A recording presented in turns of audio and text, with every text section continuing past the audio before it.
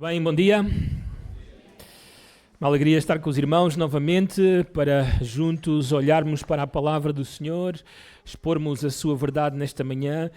E deixa-me começar com um momento de louvor a Deus por esta igreja, por estes irmãos que nos têm permitido pregar toda a Escritura, toda a palavra de Deus, todo o conselho de Deus. E na passagem que obviamente iremos olhar, contemplar nesta manhã, e o tema em si que surge dela, é um tema que muitas vezes em muitas igrejas não é pregado, não é ensinado. Mas eu dou graças a Deus por esta igreja, porque nós desejamos, como pastores, pregar tudo aquilo que a Escritura diz. Por isso vamos texto a texto, texto a texto, e não há como fugir. Quando chegarmos às passagens que muitos pastores preferiam não tocar, nós não temos outra. Nós vamos ter que pregar essa passagem, ensinar essa passagem. E hoje entramos num tema que, infelizmente, muitas igrejas, muitos pastores, às vezes até na nossa apresentação do Evangelho, tentamos não falar, não tratar. Nesta manhã eu tenho uma aplicação do Bolt para andar de trotinete ali em Lisboa, quando muitas vezes vamos ali com um grupo de americanos, e mandaram uma mensagem a dizer: Mário sente zero de culpa. E depois o resto é publicidade, não é? E esta ideia de zero de culpa, não sentir culpa, não é algo bíblico. Nesta manhã olharemos para um texto que fala acerca da nossa culpa e do que devemos fazer com a culpa que há em nós. Vamos até Mateus capítulo 3. Mateus capítulo 3, e vamos ler os primeiros 6 versículos novamente. Esta é uma segunda parte da pregação que começámos a fazer na semana passada, acerca da apresentação, da pregação de João Batista, o precursor do Messias. Ele é aquele que veio para abrir o caminho, aplanar o caminho, preparar o caminho, as veredas para o Senhor, para o próprio Deus. E vamos ler então os primeiros 6 versículos desta secção, desta passagem. Diz assim: Naqueles dias apareceu João Batista, pregando no deserto da Judeia, e dizia: Arrependei-vos, porque está próximo o reino dos céus. Porque este é o referido por intermédio do profeta Isaías: voz do que clama no deserto, preparai o caminho do Senhor, endireitai as suas veredas. Usava João vestes de pelos de camelo e um cinto de couro.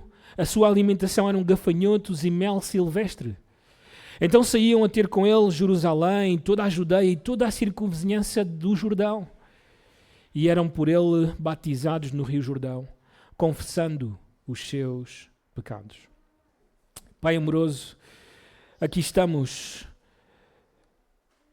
com o nosso coração, espero eu, preparados para ouvir a Tua voz. Se não é assim, Senhor, então dispõe os corações nesta manhã, para que possamos ouvir a Tua voz, para que o Teu Santo Espírito possa trabalhar com a Tua palavra, que é a espada dele, para penetrar no profundo da nossa alma e fazer-nos ver quem somos, quem Tu és e o que precisamos de fazer. Pai amoroso, usa o Teu servo para expor a Tua verdade e salva, santifica as pessoas que estão neste lugar. Assim nós Te pedimos, no nome do Senhor Jesus. Amém. Todos nós os que estamos aqui, quando chegamos para este momento do culto, todos nós chegamos com alguma expectativa. Pode ser que pensamos e oramos sobre essa expectativa. Alguns estão aqui e oraram de manhã cedo na expectativa de que Deus talvez salve um dos seus filhos, uma das suas filhas, talvez o seu cônjuge, não sabemos. Alguns chegaram com algumas situações nas suas vidas e chegaram na expectativa de que Deus possa falar para ajudar a resolver esses problemas na sua vida. Alguns até com a expectativa de que Deus faça algum milagre. Agora, nós somos uma igreja que acreditamos nas Escrituras, naquilo que a palavra de Deus tem a dizer, e na minha perspectiva uma igreja saudável, não uma igreja sem problemas, mas uma igreja saudável, uma igreja que quer andar na palavra de Deus. No entanto, nós acreditamos que Deus irá fazer coisas incríveis, proezas, grandes, em diferentes gerações. E acreditamos que para isso acontecer, sempre há fenómenos ou eventos que devem surgir, que devem acontecer, para que essas coisas incríveis sucedam, aconteçam nos nossos dias, nas nossas gerações. Nós começámos a ver isso na semana passada. Um homem de Deus, que é levantado por Deus, começa a pregar a mensagem de Deus. E aquilo que iremos ver, ou aquilo que está prestes a surgir, ou aquilo que é proclamado por este homem de Deus, é a proximidade do reino dos céus. O reino dos céus está aqui, perto, está a bater à porta. E há uma série de eventos, fenómenos que estão a acontecer, que mostram ou que dão evidência deste grande evento. Aliás, nós fizemos o contraste entre aquilo que está a acontecer na geração de João com aquilo que aconteceu na geração de Moisés. Depois de 400 anos de silêncio, em que ninguém falou. Aliás, a única coisa que nós vimos nos primeiros capítulos de Mateus foi um anjo, ou talvez diferentes anjos, a falar a homens por meio de sonhos. Mas até esse momento, nenhum homem de Deus se levantou e não há nenhuma mensagem de Deus, desde o profeta Malaquias até ao Evangelho de Mateus, até à geração de Mateus. E é então, nesse momento, nessa geração, que um homem de Deus se levanta e começa a falar. E o que ele anuncia é a proximidade do reino. Estes eventos do homem de Deus, da mensagem de Deus, são os eventos que queremos realçar nesta manhã. Começámos assim na semana passada. Esse é o primeiro evento. Quando Deus levanta homens de Deus. Agora, claro, isto tem relevância para ti e para mim, que desejamos que Deus faça alguma coisa nas nossas vidas, na nossa família, na nossa igreja, no nosso país. Para isso acontecer, eu e tu precisamos de ser homens e mulheres de Deus. Isso é o primeiro passo. É o que deve acontecer, e isso acontece quando eu e tu, em primeiro lugar, entendemos o Evangelho de Cristo. Quando eu e tu entendemos aquilo que o Senhor Jesus é e aquilo que Ele fez na cruz do Calvário.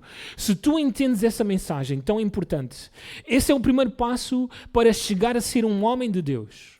Irás receber o Espírito de Deus e esse Espírito irá trabalhar com a Palavra de Deus na tua vida, de tal forma que tu irás tornar-te num homem e numa mulher de Deus. É assim que começa, esse é o primeiro evento para Deus fazer coisas incríveis. Agora, não somente isso, e iremos ver isso esta manhã, e não quero chegar já a esse ponto, veremos um segundo evento, que é importante. Mas antes de o fazer, relembro algumas coisas acerca de João Batista, que também denotam que ele era um homem de Deus. Não somente porque ele surge 400 anos depois do silêncio, obviamente um contraste, ou melhor dito, uma comparação com o Moisés, que surgiu 400 anos depois do tempo da escravidão dos israelitas, mas também ele é bem peculiar, o seu surgimento, o levantamento por parte de Deus é bem peculiar, porque ele aparece no deserto, a pregar. E é interessante porque era exatamente isso que Deus estava a produzir na época de Moisés. Moisés vem do deserto, diz ao faraó, deixa o meu povo sair. E lembram-se para quê? Para ir para onde? Para o deserto.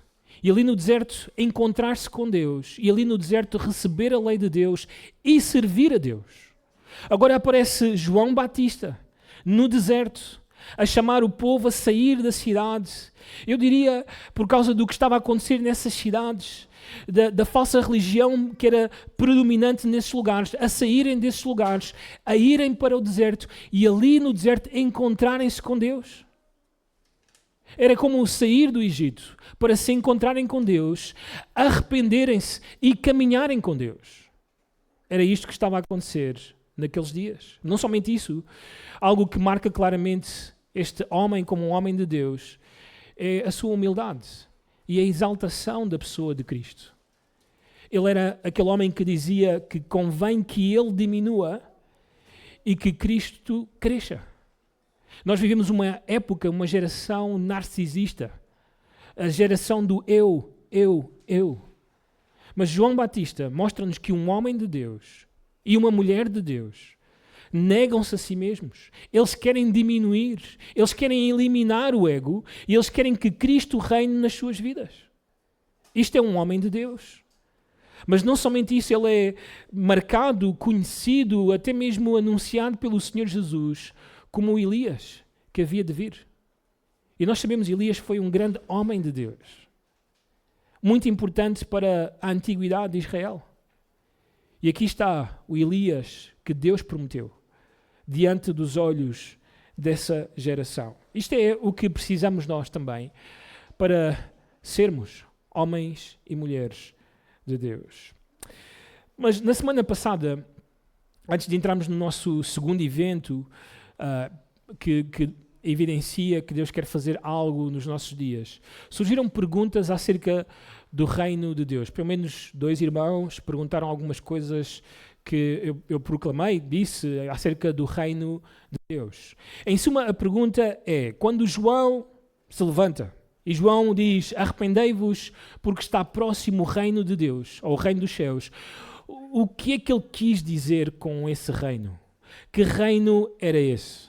E eu anunciei, existem 3 posturas, 3 formas clássicas de ver qual era este anúncio ou qual é este reino. Agora, eu começaria por dizer-vos, e isso é claro no Evangelho de Mateus e em qualquer dos Evangelhos, que João Batista, o próprio Senhor Jesus Cristo, os seus discípulos, e de uma forma muito específica aqui em Mateus, até Mateus capítulo 12, eles não redefinem, eles não trazem uma outra ideia acerca do reino. João, quando diz arrependei-vos porque está próximo o reino dos céus, parece dar por garantido que a geração que ouve esta mensagem sabe de que reino João está a falar.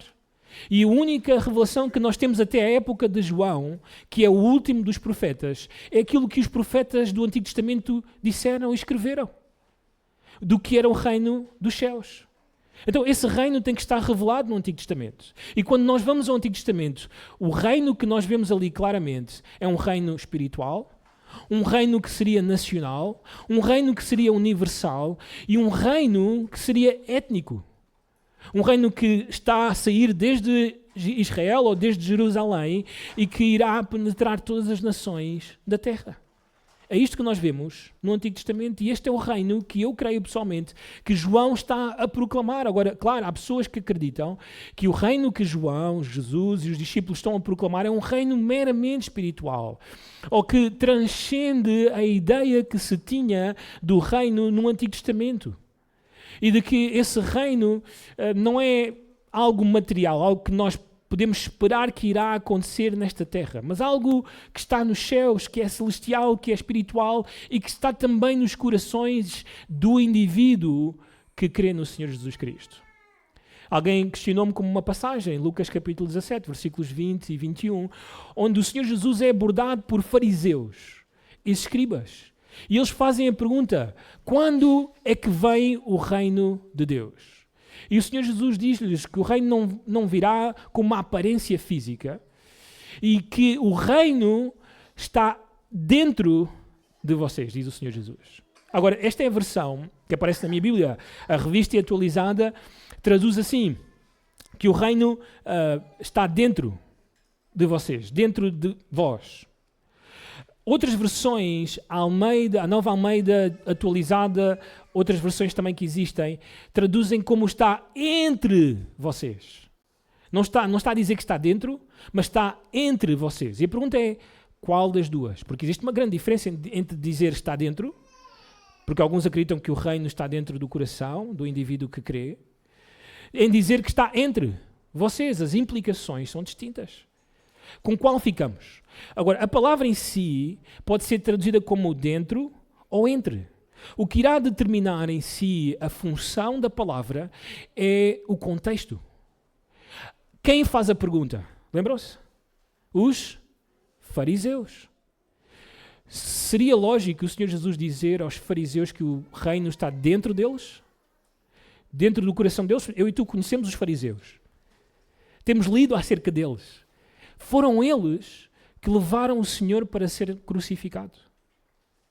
Então não creio, por causa das pessoas que perguntam, que o Senhor Jesus esteja a dizer que o reino está dentro deles. que a melhor opção para entender é que o reino está entre eles. Está ali, perto deles. E a razão é o próprio Rei, o próprio Senhor Jesus. O Rei está ali, está diante dos olhos deles. E por isso o reino que Ele próprio irá trazer está entre eles. E eles puderam ver vários sinais desse reino que o Senhor Jesus quer trazer, quer produzir sobre a terra. Os sinais, milagres, prodígios que o Senhor Jesus fez eram evidências de que o Senhor Jesus, quando regressar, irá afetar a vida de todos, irá afetar a natureza desta terra, irá produzir algo de incrível no reino que Ele quer trazer sobre esta terra. Então não acredito que esse texto em si está a definir-nos um reino que seja espiritual ou transcendente em relação àquilo que estava a ser proclamado no Antigo Testamento, uma redefinição desse reino. Não, era um reino completo. Também não era um reino já e ainda não em que o Senhor Jesus e João Batista estão a proclamar só bênçãos espirituais e a bênção material virá na sua segunda vinda. Não, não. O que eles estão a dar, aquilo que eles estão a oferecer é o reino profetizado do Antigo Testamento. Todo o reino. E esse reino contempla a restauração nacional de Israel. Isto tem que ser entendido por nós. Que os primeiros capítulos de Mateus têm o objetivo de ser uma mensagem específica para Israel. Eu diria até, no início de Mateus, embora eu e tu já sabemos o final da história, o Senhor não está interessado em levar a mensagem do reino aos gentios. Portugueses, brasileiros, africanos não estavam ainda em vista nos primeiros capítulos de Mateus. O objetivo é trazer a mensagem a Israel.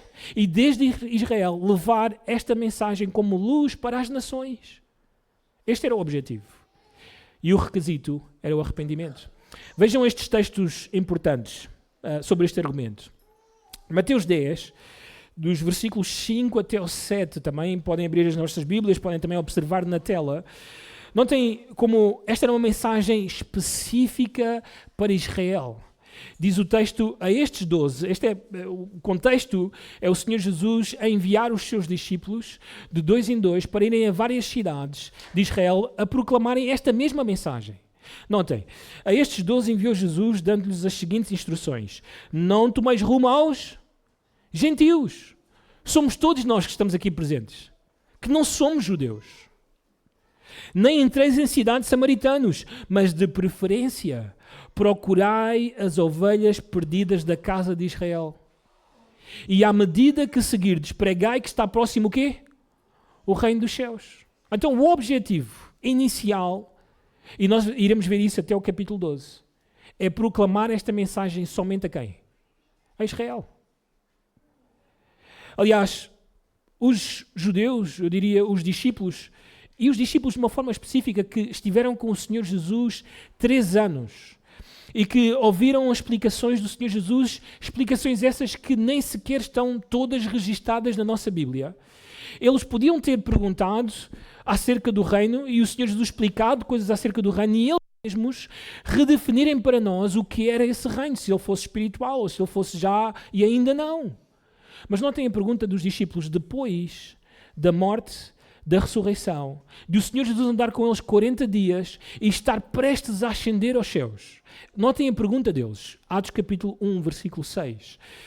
Então, os que estavam reunidos lhe perguntaram: Senhor, será este o tempo em que restaures o reino de Israel? É incrível, porque a expectativa continua a ser essa. Restaurar o reino onde? Em Israel. Isto já depois de estar 3 anos com o Senhor Jesus. Agora, claro, porque eles fizeram uma pergunta e tu esperamos a resposta. E a resposta será importante também para a definição do que é o reino dos céus. E notem a resposta do Senhor Jesus. Não vos compete conhecer tempos ou épocas que o Pai reservou pela sua exclusiva autoridade. Se houvesse uma redefinição do reino, esta era a oportunidade para o Senhor Jesus dizer: já está aqui, está dentro de vocês. É espiritual, é transcendente. Mas o Senhor Jesus não faz isso. Ele diz, isso é algo que está na exclusiva autoridade de quem? Do Pai. E agora não é o tempo para nós metermos nisso. Pelo contrário, o versículo 8 diz, mas recebereis poder, ao descer sobre vós o Espírito, e ser-me-eis testemunhas até aos confins da terra. Essa é a missão, esse é o objetivo hoje em dia. Mas o reino, esse ainda esperamos. Ainda não aconteceu. Continua a ser a expectativa. Agora, aquilo que João está a produzir na sua mensagem, aquilo que o Senhor Jesus está a produzir na sua mensagem, aquilo que os discípulos estão a produzir na sua mensagem, é dizer-nos que para entrar nesse reino, que ainda está por vir e que estava ali, ao alcance dessa geração a quem Mateus está a escrever, a condição era o arrependimento. E o arrependimento e também o público que está a ouvir esta mensagem são significativos. Nós já vimos, a mensagem do reino estava limitada a Israel. Esta mensagem exige arrependimento. Ela era não somente uma chamada pessoal, cada indivíduo tinha que se arrepender, mas era uma chamada nacional. Aliás, argumentaria que é isto que o apóstolo Paulo está a fazer em Romanos capítulo 11, quando ele diz, e então todo Israel será salvo. Existe essa expectativa de uma restauração nacional de Israel, profetizado no Antigo Testamento. Aliás, vocês lembram-se quando o Senhor Jesus começou a condenar cidades de Israel por não quererem? Lembram-se? E tu, Betsaida, e Corazim, porque se em Tiro, em Sidom, se tivessem produzido estes sinais e estes milagres, há muito se teriam o quê? Arrependido. O Senhor Jesus está a contrastar as cidades de Israel com cidades estrangeiras. E está a dizer que estas cidades estrangeiras há muito se teriam arrependido se os sinais que ele estava a produzir naquelas cidades se tivessem produzido ali. Ai de ti, Cafarnaum. Se em Sodoma e em Gomorra se tivesse feito estes sinais, estes milagres, há muito se teriam arrependido. No entanto, no dia do julgamento, haverá maior rigor para ti do que para aquelas cidades. Então havia uma expectativa de que todas as cidades, todo o país se arrependesse para que o reino de Deus viesse. O apóstolo Pedro, na sua primeira pregação, ele diz, arrependam-se para que venham tempos de refrigério e o Senhor traga sobre nós tudo aquilo que Ele nos tem prometido. Mas a condição era o arrependimento nacional. O Senhor Jesus foi muito claro, Ele disse isto a Nicodemos. Em verdade te digo, se alguém não nascer de novo, não pode ver o reino de Deus. E ele diz isto a um principal dos fariseus, a um dos homens mais importantes de Israel. Sabem, a condição para entrar no reino não era por ser judeu, não era por ser um descendente de Abraão, não era por ser um israelita. Embora tudo isso fosse um privilégio, porque sobre eles caíam as alianças, as promessas, tudo aquilo que Deus tinha dito, ainda assim, nada disso era em si mesmo uma condição para entrar no reino. A condição era o arrependimento, era nascer de novo. E essa condição continua a ser a mesma para nós nos nossos dias. E pronto, é essa condição que é o segundo evento onde claramente vemos que Deus quer fazer algo nas nossas vidas, nas nossas famílias, na nossa igreja, no nosso país. É necessário a mensagem do arrependimento. Este é o segundo evento, o surgimento da mensagem de arrependimento. Voltando a Mateus 3, e eu sei, vai haver mais perguntas sobre isto do reino, vamos com calma, estamos no ritmo de Mateus. O que sabemos em Mateus 3 é que o reino proclamado é este. E a condição é o arrependimento. E quando surge um homem de Deus e surge a proclamar a mensagem de Deus, que é o arrependimento, então nós sabemos, grandes coisas estão prestes a acontecer. Ou não. Vamos ver. Diz assim o texto, a partir do versículo 2, outra vez de Mateus 3. Arrependei-vos, porque está próximo o reino dos céus. Porque este é o referido por intermédio do profeta Isaías. Voz do que clama no deserto. Preparai o caminho do Senhor, endireitai as suas veredas. Então saíam a ter com ele Jerusalém, toda a Judeia e toda a circunvizinhança do Jordão, e eram por ele batizados no Rio Jordão, confessando os seus pecados. Então, quando João abre a sua boca, as primeiras palavras que saem é arrependei-vos. Imagina, por um momento, que eu e tu somos essa audiência a quem João diz arrependei-vos. O que é que isso significa? Como também trabalhamos na questão do reino dos céus, olhando para trás, para a revelação que já existia, que era o Antigo Testamento, toda a Tanakh, então nós olhamos para trás e nós também só podemos definir o arrependimento olhando, em primeiro lugar, para o Antigo Testamento. Qual era a definição, qual era a ideia de arrependimento? Agora, encontramos um texto no Antigo Testamento que pode ajudar-nos muito bem a entender. E é interessante que a história deste profeta é muito semelhante à história de João Batista. 1 Samuel capítulo 3. 1 Samuel capítulo 3, a partir do versículo 1 encontramos este texto. Diz assim: o jovem Samuel servia ao Senhor. E pausamos aqui e eu faço esta questão a todos. Lembram-se a época de Samuel? Que época era essa? Era a época dos juízes. Foi uma época boa para Israel, não é assim? Não. É a época conhecida como a época da apostasia em Israel.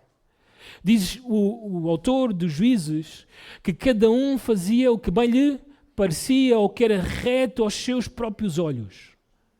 E dá-nos a razão que ela é interessante até mesmo para o ênfase do Evangelho de Mateus. A razão é porque naqueles dias não havia rei em Israel.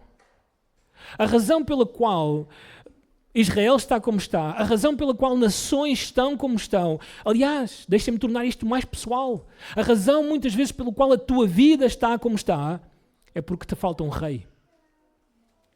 O rei que as Escrituras apresenta. E este era o problema de Israel nos tempos de Samuel. Aliás, o problema ainda é maior. Notem, diz o texto, naqueles dias a palavra do Senhor era muito rara. E as visões não eram frequentes. Bem, João aparece depois de 400 anos de silêncio. Moisés apareceu depois de 400 anos de silêncio. E aqui também temos um tempo de silêncio. Não há profetas, parece, em Israel. A palavra de Deus não está a sair. Aliás, os filhos de Eli são corruptos. Corromperam todo o sistema sacerdotal. Diz o texto que eles não se importavam com o Senhor. Não queriam saber nada, estes dois. E Eli parecia não fazer muita coisa para resolver a situação, protegendo mais os seus filhos do que a santidade de Deus. Então há um desconhecido que aparece e profetiza contra Eli e a sua casa. E como se uma profecia não bastasse, Deus, no capítulo 3 de 1 Samuel, chama Samuel por 4 vezes. À quarta, Samuel entende que é Deus quem o chama. E sabem qual era a primeira visão? Sabem qual era a primeira profecia? A destruição da casa de Eli. Os filhos iriam morrer, Deus iria matá-los, diz o texto. E Eli seria removido e toda a sua descendência do papel de sacerdotes em Israel. Era o castigo, era a maldição que Deus iria trazer para Eli e a sua casa. Então Samuel é levantado para fazer isso. E quando ele então é levantado, é um tempo difícil. Israel perde a guerra com os filisteus, fica debaixo da opressão dos filisteus. Os filhos de Eli morrem, Eli morre. E eles perdem a arca da aliança. Ela é levada pelos filisteus. E 20 anos a arca fica longe do tabernáculo, da tenda. É então que Deus levanta, como nós vimos, um homem de Deus. E qual é a mensagem do homem de Deus? Eu creio que aquilo que Samuel vai dizer a Israel nesses dias é exatamente a mensagem de arrependimento que João está a proclamar nos seus dias. E deixa-me dizer-te ainda mais, esta é a mensagem que nós queremos proclamar nesta manhã aqui. Eu não conheço todos os que estão aqui presentes. Não conheço a história de todos os que estão aqui presentes. Mas sei que todos os que estamos aqui presentes precisamos disto que vamos ler aqui.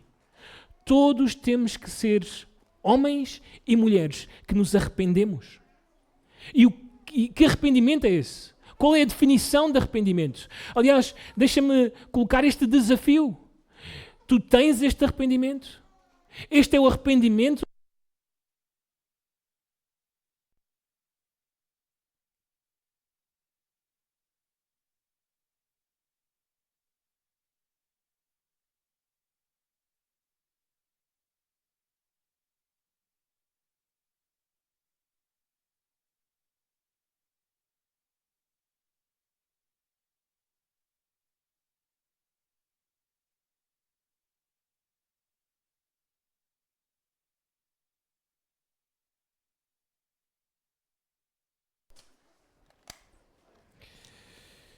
E vamos ler a partir do versículo 3.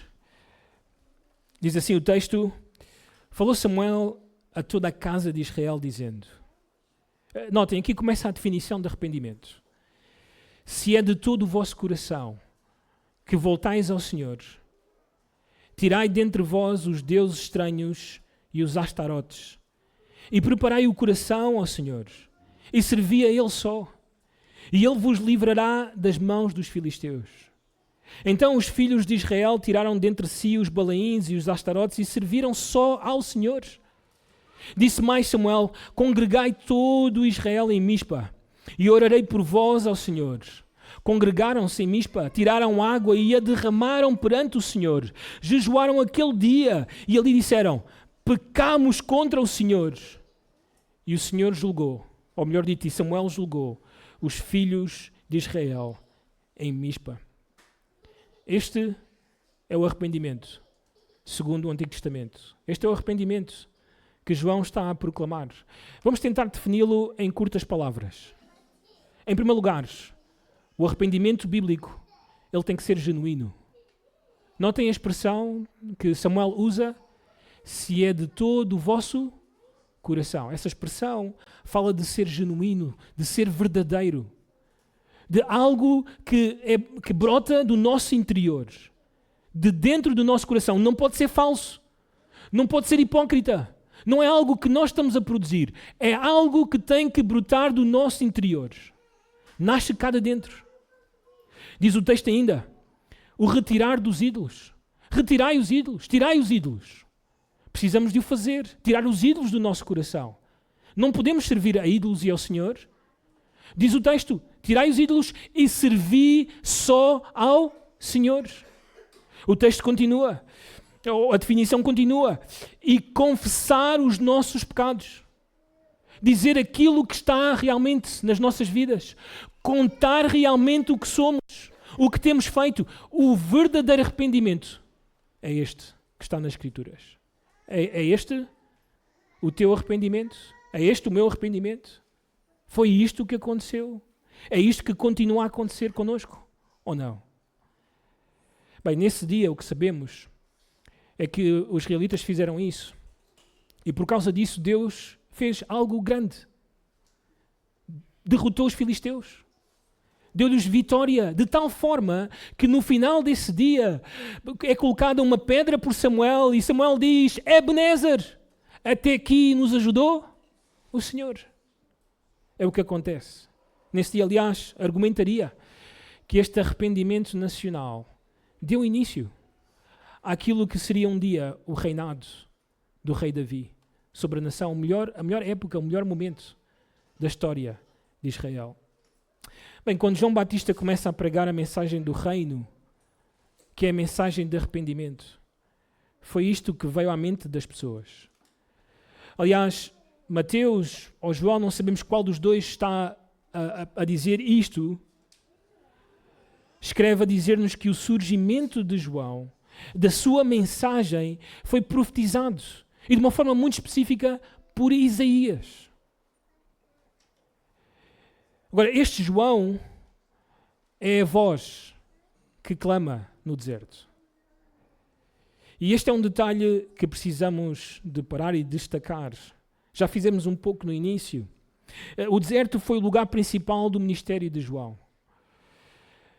Foi também o lugar principal da sua preparação. Ele, desde o livro de Lucas, ou o Evangelho de Lucas, percebemos que foi ali que ele foi crescendo para o Senhor. E isto chama a atenção porque, tal como o rei, que já lemos, o Messias, agora também o arauto, o precursor, não surge num lugar que talvez nós esperaríamos, ou que as regras ou os procedimentos do mundo fariam.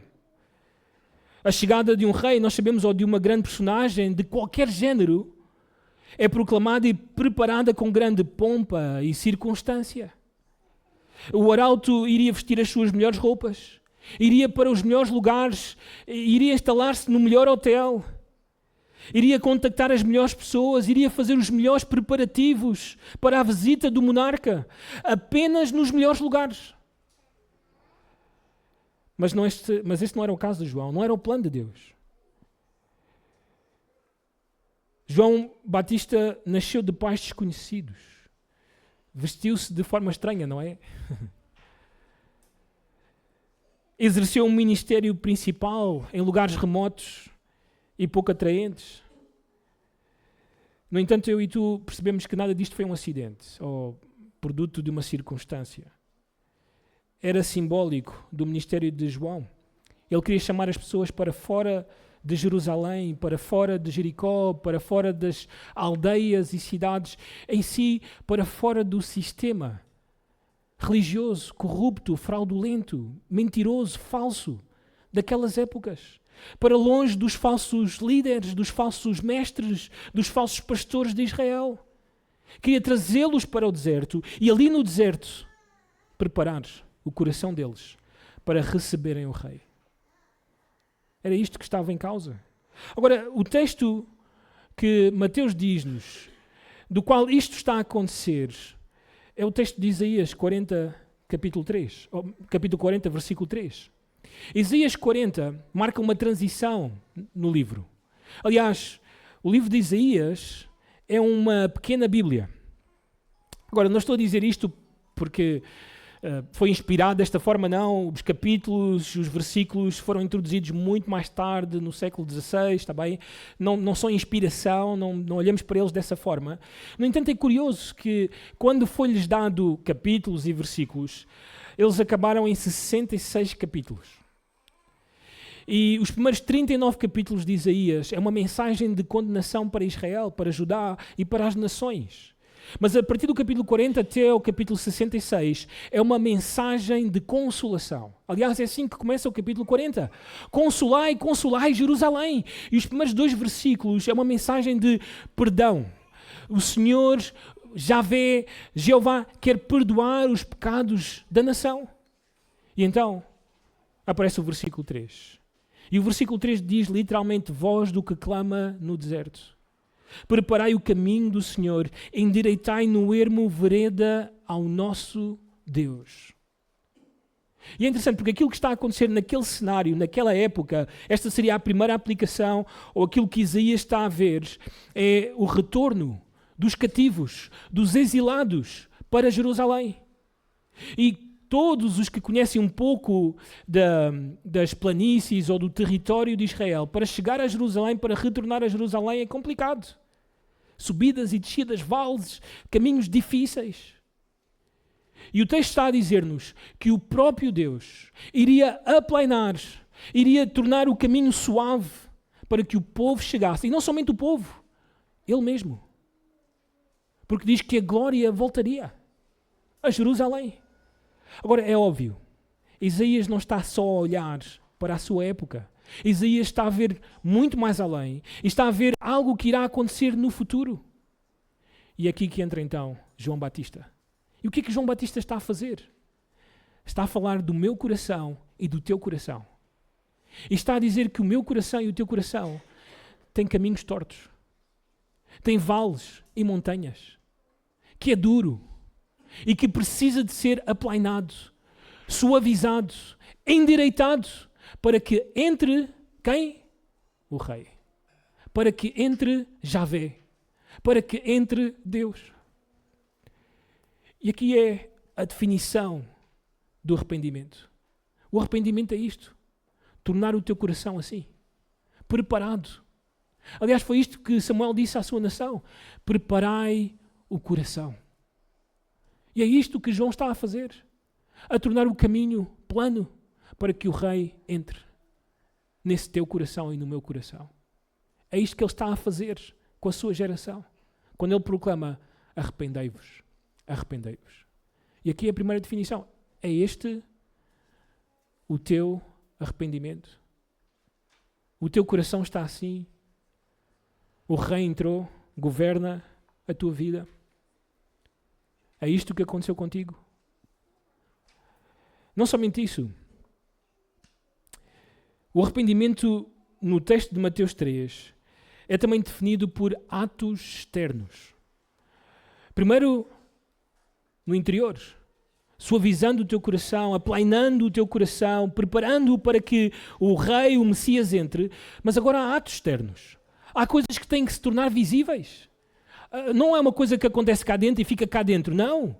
Ele tem que ser visto por todos. E é o que nós vemos no cenário, na história de João Batista.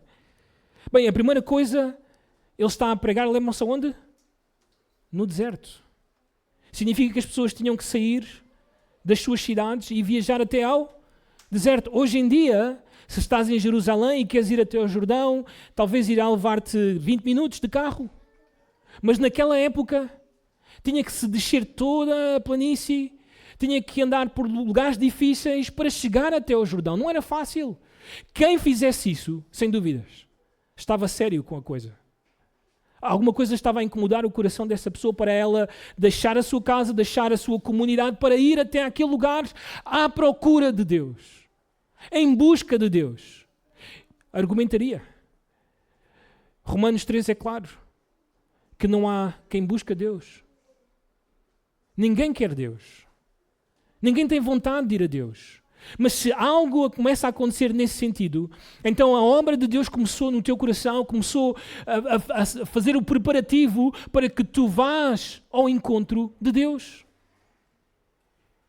E é isto que estava a acontecer ali. As pessoas iam até o deserto, não para se encontrarem meramente com João, mas para se encontrarem com Deus. Buscar a Deus. O arrependimento na tua vida e na minha vida se vê assim, diariamente. Tu buscas a Deus? Tu procuras a Deus? Ou tu és daqueles que quando as coisas estão difíceis, Deus dá-me aí uma ajudinha?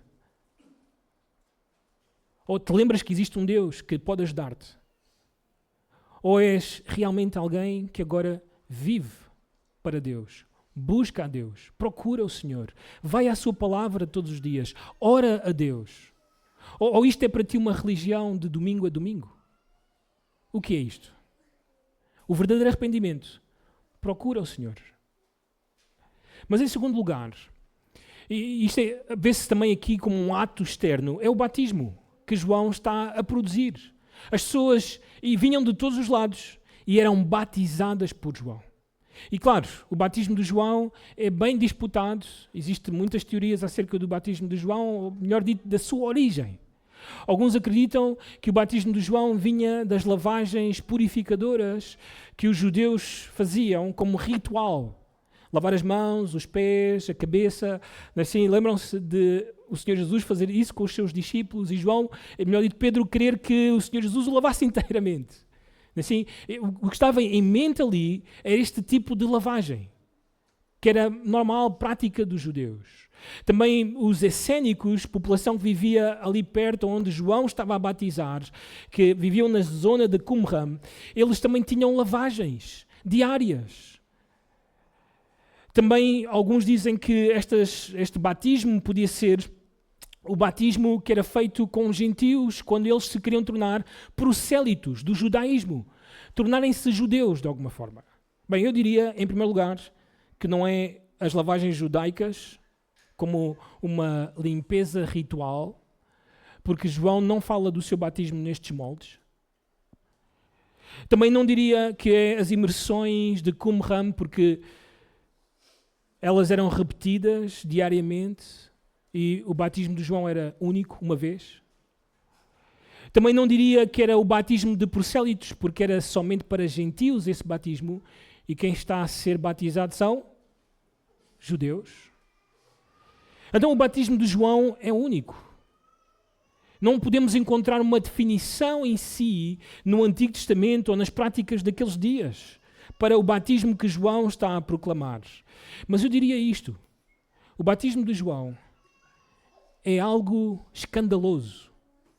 Escandaloso para aquela geração. Escandaloso para qualquer judeu. É incrível que multidões foram para serem batizadas. Porque o batismo em si era para gentios. Não era para judeus. Os judeus não sentiam essa necessidade. Eles já tinham as suas limpezas rituais diárias. Ir até João e ser batizado. Em primeiro lugar, a declaração de João para que eles façam isto é dizer à nação que a nação apostatou. Desviou-se de Deus. Está longe de Deus. Estão perdidos. Sim, são descendentes de Abraão, mas estão totalmente perdidos. E precisam desse batismo. Precisam desse arrependimento. E o facto de eles irem, eles estão a concordar com a mensagem de João. Eles estão a dizer, sim, João, tens razão. Nós somos como gentios. Nós somos estranhos, sim. Somos descendentes de Abraão, sim, somos dessa etnia, sim, sobre nós caem as promessas, as alianças, mas nós estamos totalmente perdidos. É isto que eles estavam a dizer publicamente, quando eles foram até ao batismo de João. E isso é incrível. Além disso, diz o texto que eles confessavam os seus pecados. A confissão de pecados era obrigatória na lei de Deus, na Torá. E em vários momentos de avivamento em Israel, quando Deus levantou um homem de Deus e ele pregou a mensagem de Deus de arrependimento, as pessoas arrependeram-se, voltaram para Deus e confessaram os seus pecados. Isto é o ato público de um arrependimento genuíno. Agora, o batismo de João não é o batismo que nós hoje fazemos nas nossas igrejas. Não é o batismo cristão. E a razão é simples. João está a chamar ao arrependimento e ao batismo pessoas que ainda não viram o Messias morrer, ser sepultado e ressuscitar ao terceiro dia. Então este batismo não tem ligação com aquilo que Jesus irá fazer pelos pecadores. É um batismo de preparação para receber o Messias. O batismo que a igreja hoje pratica é o batismo que está relacionado com a mensagem do Evangelho. Se tu crês nessa mensagem, então tu deves ser batizado por causa disso. No entanto, existem muitas semelhanças. Muitas. E são importantes. Notem algumas. Atos capítulo 2, versículos 37 e 38. Diz assim o texto. Esta é a primeira pregação de Pedro, no dia de Pentecostes, diz o texto, ouvindo eles estas coisas, compungiu-se-lhes o coração e perguntaram a Pedro e aos demais apóstolos, que faremos, irmãos? Respondeu-lhes Pedro, notem, arrependei-vos, mesma mensagem, mesma ideia, conceito do Antigo Testamento sobre arrependimento. E notem logo a seguir o que diz o texto. E cada um de vós seja batizado em nome de Jesus Cristo, para a remissão dos vossos pecados, e recebereis o dom do Espírito Santo. Por isso não podemos batizar crianças, porque elas têm que se arrepender. E com o arrependimento, elas devem ser o quê? Batizadas. Este é o batismo cristão. E é semelhante ao batismo de João Batista. Porquê? Porque é requerido o arrependimento. E o ato externo público de demonstrar que eu estou arrependido são as águas do batismo. Notem ainda, Atos capítulo 19, versículo 18. Diz assim o texto, esta é a cidade de Éfeso, esta é a pregação de Paulo na cidade de Éfeso. Claramente há um avivamento nesta cidade, de tal forma que os vendedores de objetos da deusa Diana estão em prejuízo por causa disso. E notem, o que é que acontece quando as pessoas creem? Diz assim o texto, muitos dos que creram vieram o quê? Confessando. e denunciando publicamente as suas próprias. Notem que as pessoas não estão a tentar esconder as suas vidas. Não estão a tentar mostrar aos outros que eles são bons e que são justos. Não. Confessam que são pecadores. Confessam, denunciam o que têm feito. E isso é verdadeiro arrependimento. Isto só pode acontecer por obra do Espírito Santo no teu coração e no meu coração. Diz o texto ainda no capítulo 19, versículo 4 e 5. O batismo que era praticado naqueles dias. Disse-lhes Paulo, isto depois de encontrar uns discípulos de João. João batizou ou realizou o batismo de arrependimento, dizendo ao povo que cresce naquele que vinha depois dele, a saber, em Jesus. Eles, tendo ouvido isto, foram batizados em nome do Senhor Jesus. E esta é a semelhança também com o batismo de João. João estava a preparar o povo, o coração, para receberem a Jesus como o Messias, como o Rei prometido. O batismo cristão é o batismo que é feito em nome do Senhor, em nome de Jesus, que morreu por nós na cruz do Calvário e ressuscitou ao terceiro dia. Notem outras semelhanças. Atos capítulo 19, versículo 19. Também muitos dos que haviam praticado artes mágicas, reunindo os seus livros, os queimaram diante de todos. Calculados os seus preços, achou-se que montavam a 50.000 denários. Bem, sabem o que é que está a acontecer aqui? As pessoas estavam a dizer bye-bye aos seus ídolos. Estavam a dizer adeus aos ídolos que eles serviam antes, para agora servirem somente o Deus vivo e verdadeiro. A velha vida passou. Agora tudo se fez novo. Notem este exemplo da igreja em Tessalónica. 1 Tessalonicenses capítulo 1, versículo 8 até ao 10. Diz assim o texto: porque de vós repercutiu a palavra do Senhor, não só na Macedónia e Acaia, mas também por toda a parte se divulgou a vossa fé para com Deus, a tal ponto de não termos necessidade de acrescentar coisa alguma. Pois eles mesmos, no tocante a nós, proclamam que repercussão teve o nosso ingresso no vosso meio. Agora notem, esta é a fé dos Tessalonicenses.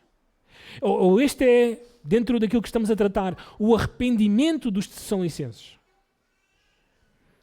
E como, deixando os ídolos, vos convertestes a Deus para servirdes o Deus vivo e verdadeiro, e para aguardardes dos céus o seu Filho, a quem ele ressuscitou dentre os mortos, Jesus, que nos livra da ira vindoura. Este é o verdadeiro arrependimento. É este o teu arrependimento? Ainda vives para outra coisa? Ou vives para Deus? Para o seu Filho? É nele que tu esperas? Um dia, numa escola dominical, foi perguntado, numa escola dominical de crianças, o que é o arrependimento. E uma das crianças disse que é alguém que se sente mal pelos seus pecados. Então, rapidamente, outra criança tentou corrigir esta criança, que deu a primeira definição, e, na verdade, ela deu uma melhor definição.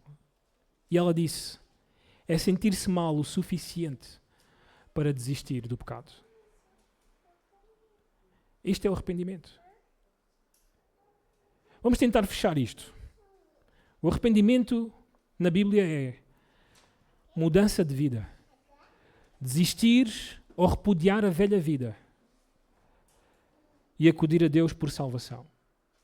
Isso é arrependimento. Qual é a tua vida? É Cristo ou ainda é a velha vida? Qual é a tua vida? Reflete nisso, por favor. Na Bíblia, arrependimento é mudança de propósito. É desistir ou deixar os ídolos para servir a quem? A Deus. O propósito da nossa vida agora é servir a Deus. Não há outro. Não há mais ninguém. Não há nada que eu e tu queremos servir a não ser somente Deus. Na Bíblia, arrependimento é mudança de vontade. Mudança de vontade. Desistir ou abandonar a injustiça. E buscar, em primeiro lugar, a justiça de Deus. Arrependimento na Bíblia é mudança sobrenatural. Isto é importante. Um dia, um jovem que, infelizmente, tristemente, abandonou a fé, desistiu de seguir a Cristo. E depois de muita insistência nossa para que ele se arrependa e volte para o Senhor e siga a Cristo, ele disse-me: Mário, eu não consigo arrepender-me. Eu não consigo arrepender-me. E sabem, ele tem razão. Nós não conseguimos arrepender-nos. Nós não conseguimos produzir arrependimento no nosso coração. Se tentarmos fazer, nunca vai ser o arrependimento bíblico. Nós não conseguimos. O arrependimento é algo sobrenatural. É algo que Deus tem que conceder. É um dom de Deus. Deus tem que o fazer no nosso coração. Então o que é que podemos fazer? Porque João está a dar um imperativo: arrependei-vos. É uma responsabilidade nossa. O que é que temos que fazer?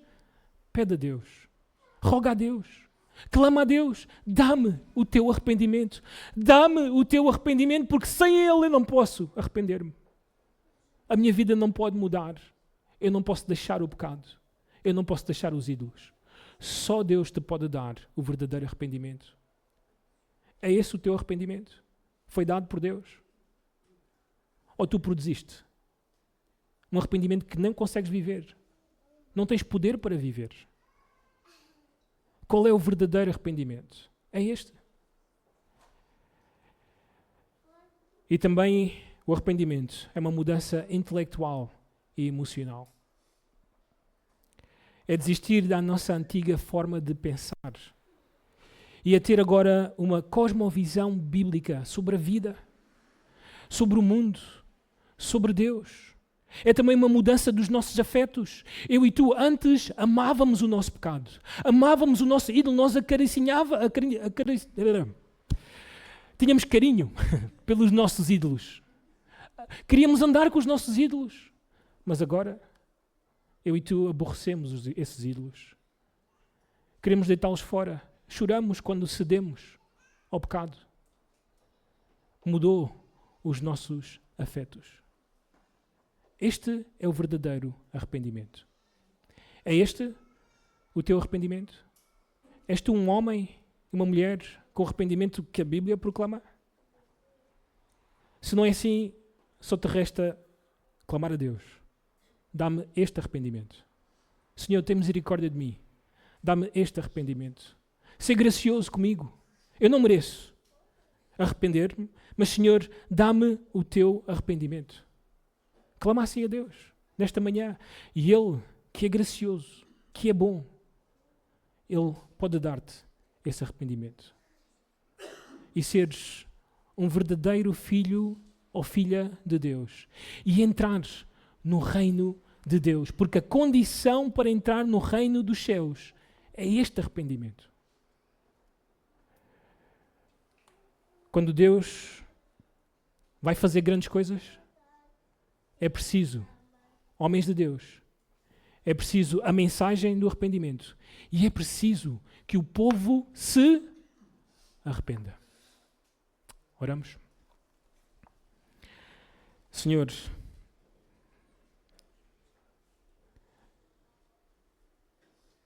tem misericórdia. E dá, Senhor, àquele que não tem o teu arrependimento.